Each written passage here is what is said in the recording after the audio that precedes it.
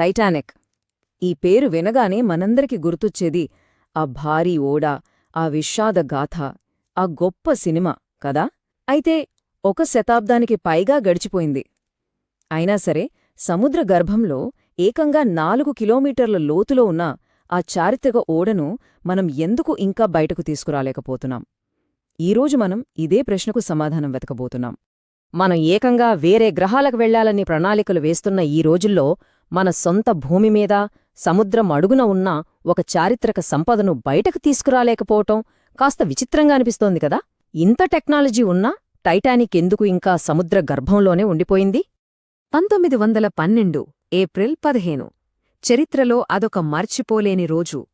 అస్సలు మునిగిపోదు అని గర్వంగా చెప్పుకున్న టైటానిక్ తన మొదటి ప్రయాణంలోనే ఒక మంచుకొండను ఢీకొట్టింది. అంతే, 1500 మందికి పైగా ప్రయాణికులతో అట్లాంటిక్ మహాసముద్రంలో శాశ్వతంగా అలా నిద్రలోకి జారుకుంది. ఆ ఓడ మునిగిపోయిన తర్వాత దాన్ని కనుక్కోవడానికే 75 సంవత్సరాలు పట్టిందంటే నమ్మగలరా? జస్ట్ దాని శిథిలాలను వెతకడానికే. దీని బట్టే మనం అర్థం చేసుకోవచ్చు ఆ ప్రదేశం ఎంత ప్రమాదకరమైనదో.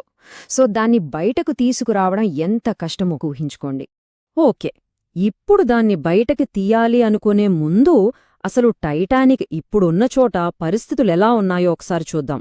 ఎందుకంటే ఇక్కడ సవాళ్లు కేవలం టెక్నికల్ మాత్రమే కాదు, అక్కడ ఉన్న వాతావరణమే ఒక పెద్ద సవాల్. లోతు ఏకంగా 4 కిలోమీటర్లు. అంటే ఊహించుకోండి, ఒక 40 ఫుట్బాల్ గ్రౌండ్లను ఒకదానిమీద ఒకటి పెడితే ఎంత లోతుంటుందో అంత లోతు. అక్కడ ఎలాంటి ఆపరేషన్ చేయాలన్నా అది దాదాపు అసాధ్యం. ఇక దాని బరువు అక్షరాల 1,43,000 టన్నులు. అమ్మో, ఇంత బరువును సముద్రం లోపల నుంచి పైకి లేపగల క్రేన్ను తయారు చేయడమే ఒక పెద్ద టాస్క్. అంతేకాదు, అంత లోతులో టెంపరేచర్ ఎప్పుడూ -2 డిగ్రీల సెల్సియస్లోనే ఉంటుంది. అంటే గడ్డకట్టే చలి. ఈ చలిలో మెషీన్లు పనిచేయడం కష్టం, మనుషులు వెళ్లే ప్రశ్నే లేదు. ఇదొక అదనపు ఛాలెంజ్ అనమాట. అయితే వీటన్నింటికన్నా పెద్ద సవాలేంటో తెలుసా? వాటర్ ప్రెషర్, అంటే నీటి ఒత్తిడి. ఆ లోతులో ఉండే ప్రెషర్ భూమిమీద మనం ఫీల్ అయ్యేదానికన్నా 400 రెట్లు ఎక్కువుంటుంది. ఒకవేళ ఏ ప్రొటెక్షన్ లేకుండా మనిషి అక్కడికి వెళ్తే అంతే, ఊపిరితిత్తులు ఒక్క క్షణంలో పేలిపోతాయి. అందుకే మనుషులతో చేసే ఏ ప్రయత్నమైనా ప్రాణాలతో చెలగాటమాడినట్లే. ఇన్ని ప్రాబ్లమ్స్ ఉన్నప్పటికీ చాలామంది చాలా రకాల ఐడియాలతో ముందుకొచ్చారు. కొన్ని అయితే చాలా ఆసక్తికరంగా, మరికొన్ని కాస్త విచిత్రంగా కూడా ఉంటాయి. మరి ఆ ఐడియాలు ఎందుకు వర్కౌట్ అవ్వలేదో చూద్దాం. ఆ ఐడియాలో కొన్ని వింటే మనకు నవ్వొస్తుంది. పెద్ద పెద్ద మ్యాగ్నెట్స్ పెట్టి లాగేయడం, ఓడ మొత్తం పింగ్ పాంగ్ బాల్స్తో నింపేస్తే అదే పైకి తేలుతుంది కదా అని అనుకోవడం. లేదంటే భారీ హీలియం బెలూన్లు కట్టి పైకి లాగడం.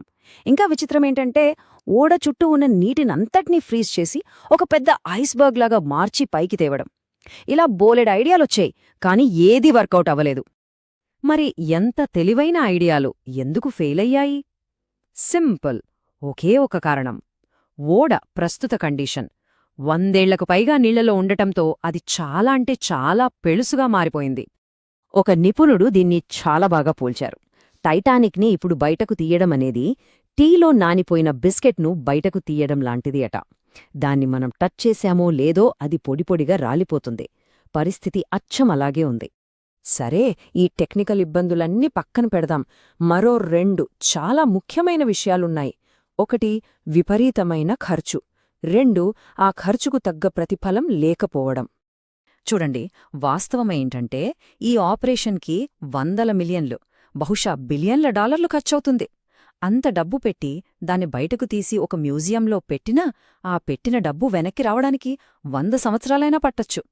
ఇంత పెద్ద నష్టాన్ని భరించడానికి ఏ కంపెనీ కూడా ముందుకు రాదు కదా.